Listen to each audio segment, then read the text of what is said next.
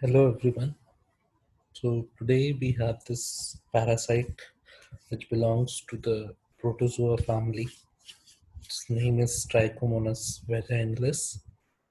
As the name suggests, this Trichomonas vaginalis is parasite which, unlike other protozoan parasites, does not affect the intestines. Rather, it does affect the genital organs, including both male and female.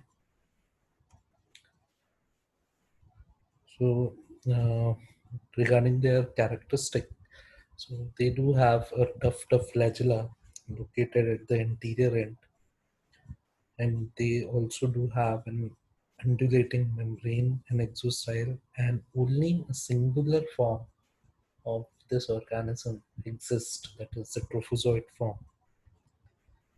It is one of the simplest of all the protozoan because it do not show any variation in the morphological form at different stages of its life cycle.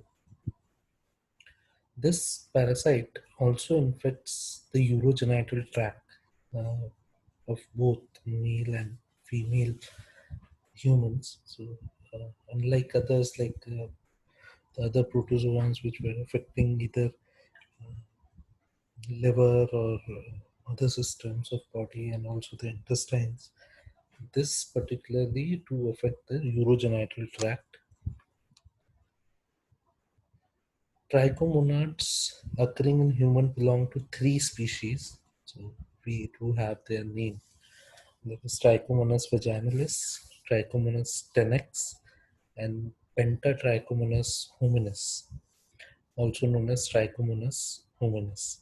So vaginalis, tenax, and hominis are the three species of Trichomonas which are known to infect humans. Although their morphological features are almost same, but they do have their site specificity, or you can say which part of body they would be affecting. Like Trichomonas tenax is non-pathogenic and they inhibit in the oral cavity. It is found in the pyric dental sockets and around the tartar of the teeth, whereas the hominis is also non-pathogenic and inhibit in the ileocecal region. And obviously, the Trichomonas vaginalis that we have discussed stays in the urogenital tract of humans. So, we overall we have only this species, Trichomonas vaginalis, which is pathogenic to humans, and we need to understand about its well-being. So, trichomoniasis is a sexually transmitted disease as it stays in the urogenital tract. Its transmission usually occurs by the sexual intercourse. It was discovered in 1836 and it was Doan who first observed the flagellate in 1837. 7.4 million cases are reported every year, out of which 180 million people are infected worldwide, and almost 50% of cases are carriers and they are asymptomatic. And especially if we talk of their affection in the urogenital tract, so they do stay in the vagina of females, prostate and seminal vesicles of male, and urethra would be common to both the male and the female sexes.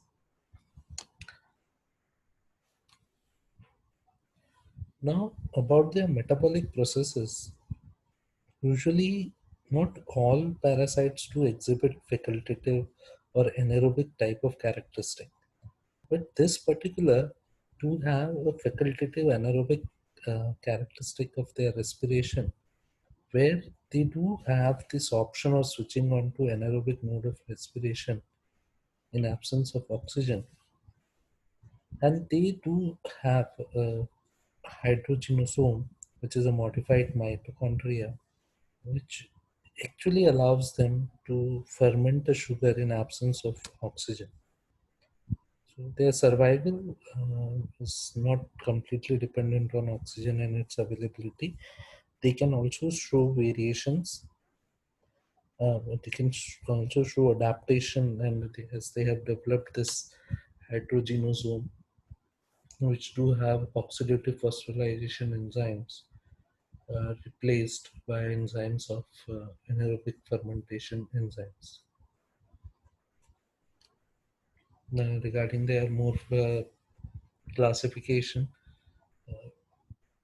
we do not have too much emphasis on this classification part, but still, Trichomonas vaginalis is flagellated protozoon, as we have considered that, and trophozoite is the only stage present in the life cycle. So we don't see variation, no cyst formation or no alteration in generation or any change in the shape and size.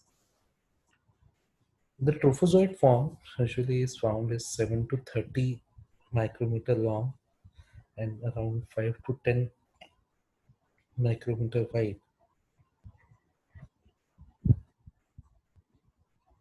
And its survival is quite variable. So it can survive a lower temperature of around 15 degrees centigrade, around 48 hours.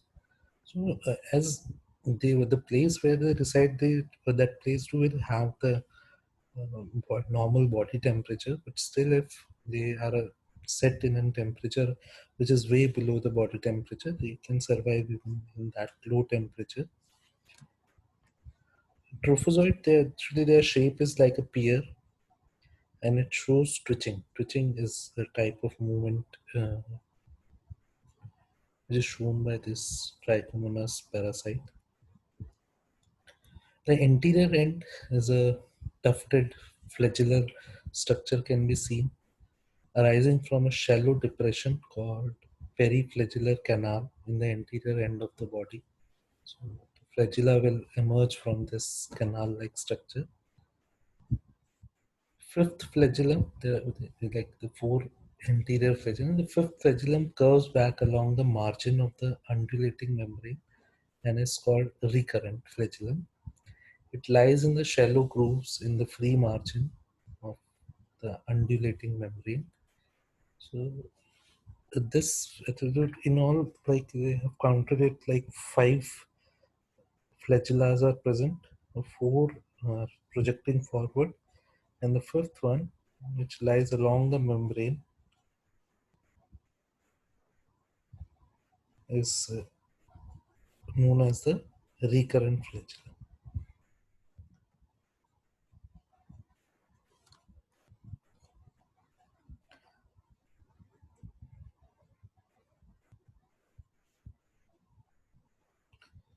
Just beneath the undulating membrane, a rigid filamentous cord called costa is present.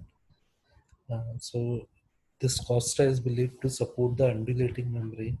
So the feature, what is an undulating membrane? Undulating membrane is a vibrating, or you can say pulsatile membrane, which do show pulsations. So this would be needing a support, and that is a filamentous support known as costa. It has a median exostyle, which is a hyaline rod-like structure that runs through the entire length and comes out through the posterior end. And the cytoplasm contain a large number of siderophilic granules. So these are certain identification features for Trichomonas vaginalis. Now about its infection and how epidemiologically it is important to humans.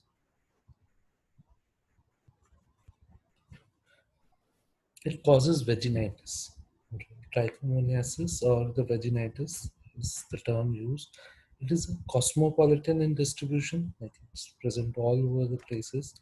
However, its prevalence is not uniform because of the sanitary and the hygiene habits. 20 to 40% in women and 10% in men. So predominantly it would be the women would be suffering more as compared to the male. Infected women harboring this particular parasite is the chief reservoir. Infected man is the carrier. So main source of vaginal discharge containing main source is the vaginal discharge, which do contain this parasite of trichomonas. Usually it can be seen at all ages. It's common to both male and female.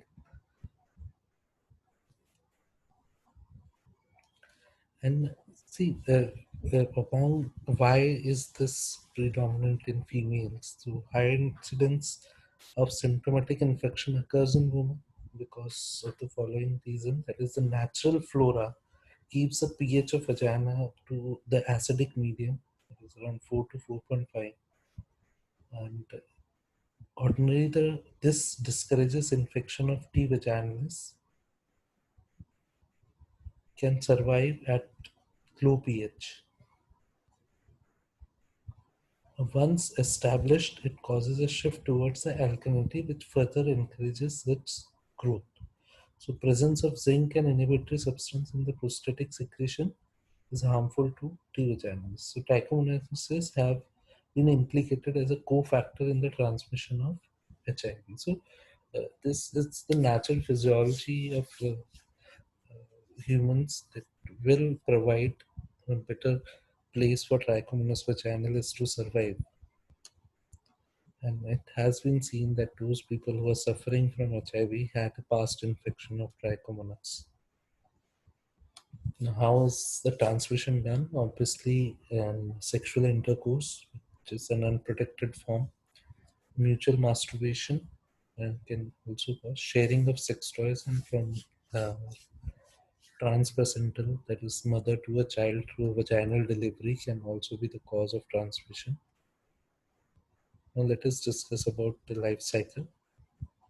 We'll discuss its life cycle and other incidences, its prophylaxis and diagnosis in the second part.